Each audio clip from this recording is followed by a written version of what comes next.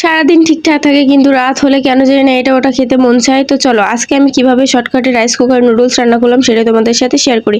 Hello সবাইকে, কেমন আছো? আশা করি সবাই ভালো আছো। তো আমিও ভালো আছি। সারাটা দিন আমার না খেয়ে থাকলেও চলবে কিন্তু রাত হলে এটা ওটা খেতে মন চায়। আর রাতে যদি একটু ফেসবুক ইউটিউবে ঢোকা হয় তো যত দেশের খাওয়ার ভিডিও আমার সামনে আসবে। আর তখনই যদি আমি কিছু রান্না করে না খাই তো আমার সারা রাতের ঘুম একেবারে নষ্ট হয়ে যাবে। তো চলো আজকে শর্টকাটে রাইস কুকারে কিভাবে নুডলস রান্না করি সেটাই তোমাদের সাথে শেয়ার করবো। তো এখানে আমি 1 কাপ জল ঢেলে দিয়ে অবশিষ্ট জলটুকু ছাড়িয়ে সব জল দিয়ে দিয়েছি। এটা গরম হতে থাকুক আর যা যা লাগবে সেগুলো আমি গুছাইনি। তো প্রথমে আমি এখানে আমার জম্মের একখান পছন্দের সবজি কেটে নিচ্ছিলাম। শীতকালে এই বাঁধাকপি আমার খুবই ভালো লাগে। তো এখানে আমি খুব ছোট ছোট করে কেটে নিচ্ছিলাম সিদ্ধ হতে, যাতে বেশি সময় না লাগে। খুব বেশি নিয়ে আমি অল্প একটুখানি নিছিলাম। আমি নুডলস 2 প্যাকেট মাত্র রান্না করবো, তো 2 প্যাকেটের জন্য এটুকু ঠিক ছিল। আমি সবসময় নুডলস রান্না করতে গেলে বিভিন্ন ধরনের সবজি মিশিয়ে তারপর রান্না করি। এত রাতে আর কোনো ঝামেলা করলাম না, একরকম সবজি দিয়ে রান্না করবো। আর তার সাথে আমি খুব ভালো করে কুচু কুচু করে কেটে নিচ্ছিলাম কাঁচা ঝাল। কাঁচা ঝাল আমার খুবই পছন্দের একটা খাবার। আমার কোনো কিছুতে ঝাল না হলে একেবারেই ভালো লাগে না, সেটা যাই হোক না কেন। আমি এখন ঝাল খাওয়া শিখে গেছি, আগে তো মোটেও ঝাল খেতে পারতাম না।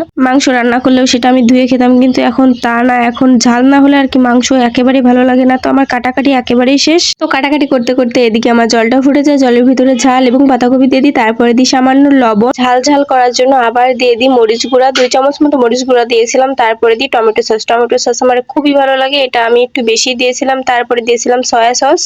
সয়া সসটা আমি খুবই সামান্য পরিমাণে দিয়েছিলাম। তারপর দিয়েছিলাম ঝাঁঝালো স্বাদের জন্য সরিষার তেল। তারপর এটাকে খুব সুন্দরভাবে নাড়াচাড়া করে রান্না করার জন্য 5 থেকে 6 মিনিট ঢেকে রাখছিলাম।